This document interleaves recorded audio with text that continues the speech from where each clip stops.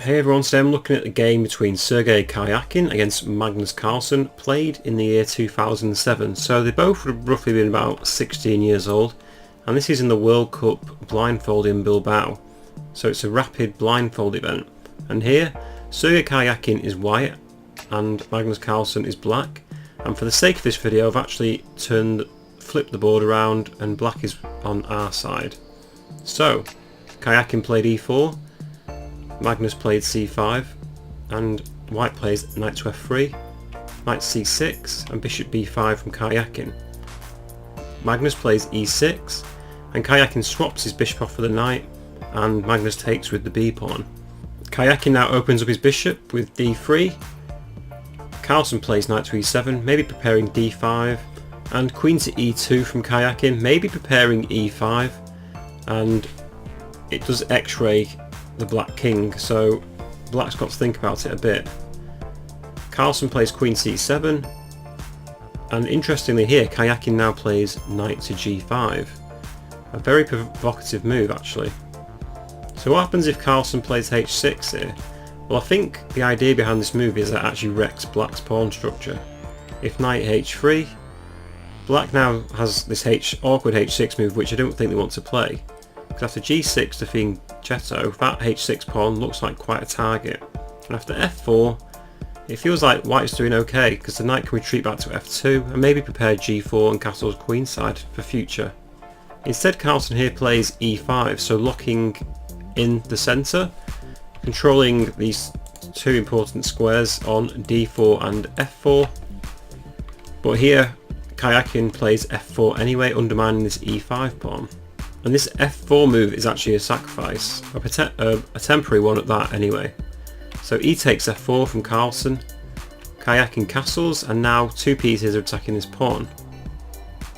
Carlsen defends it with knight g6, and Karjakin now plays a very interesting move, queen h5, maybe threatening knight takes h7, but also just getting the queen into attack and pinning this g6 knight because both these pieces are eyeing up this f7 pawn and the rook is also eyeing up this f7 pawn.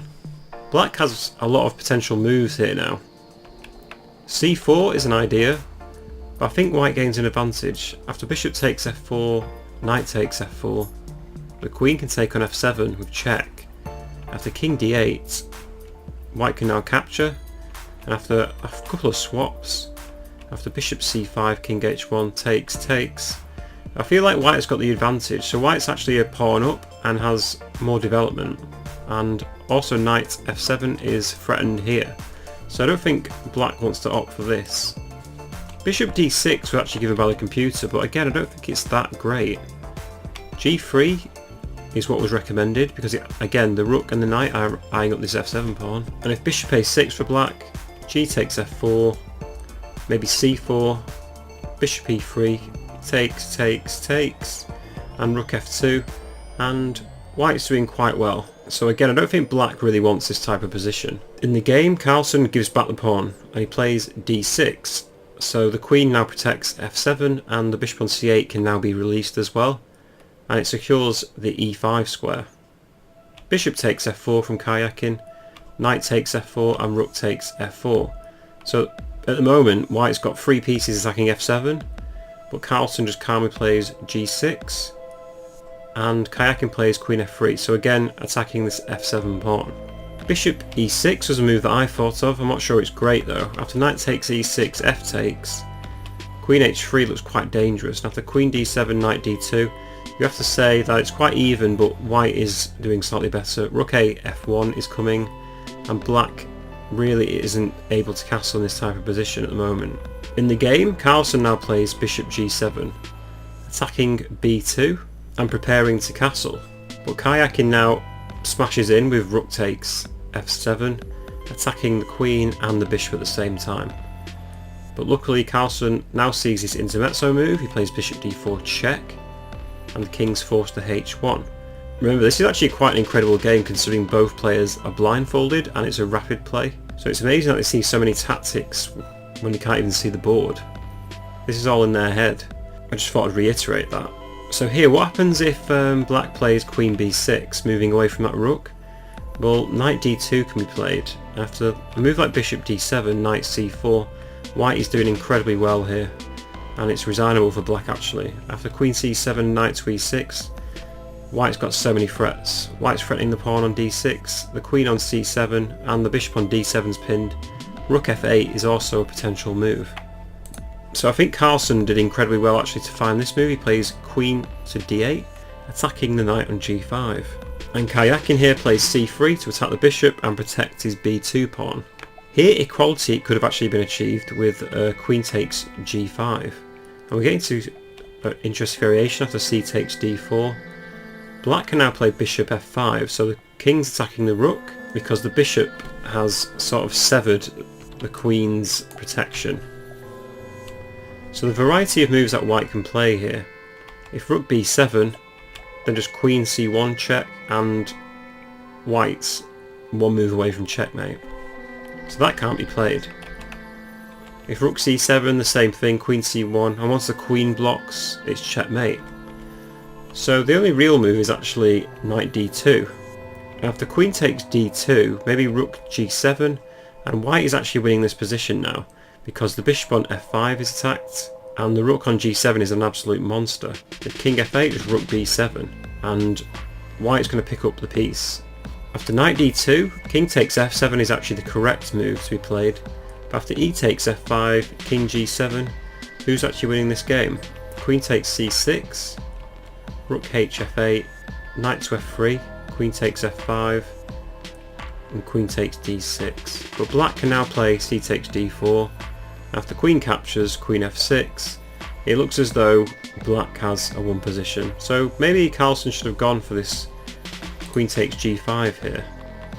But as I say, this is really hard to see, especially in Blindfold.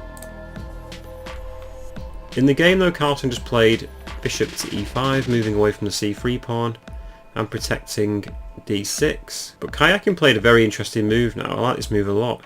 He played rook g7. So queen f7 checkmate is threatened, and if a move like queen takes g5 here, just queen f7, king d8, and it was actually a perpetual check. So Carlsen could have gone for that as well. So he could have gone for queen takes g5 here and reached a draw, but he didn't want this. He must have seen that queen f6 leads black with an advantage. After queen takes f6, bishop takes f6, Karjakin now plays rook takes h7. And here I want to just pause a bit, and I wonder if you can find Carlsen's winning move here. So the bishop on f6 attacks the knight on g5. The knight on g5 is protecting the rook on h7, and the rook's also attacking h8. So I'll give you a clue. The winning move isn't rook takes h7, because knight takes h7, bishop d8 and knight d2 is fine for white. So here, just pause the video, or I'll give you 5 seconds and I'll reveal the winning move.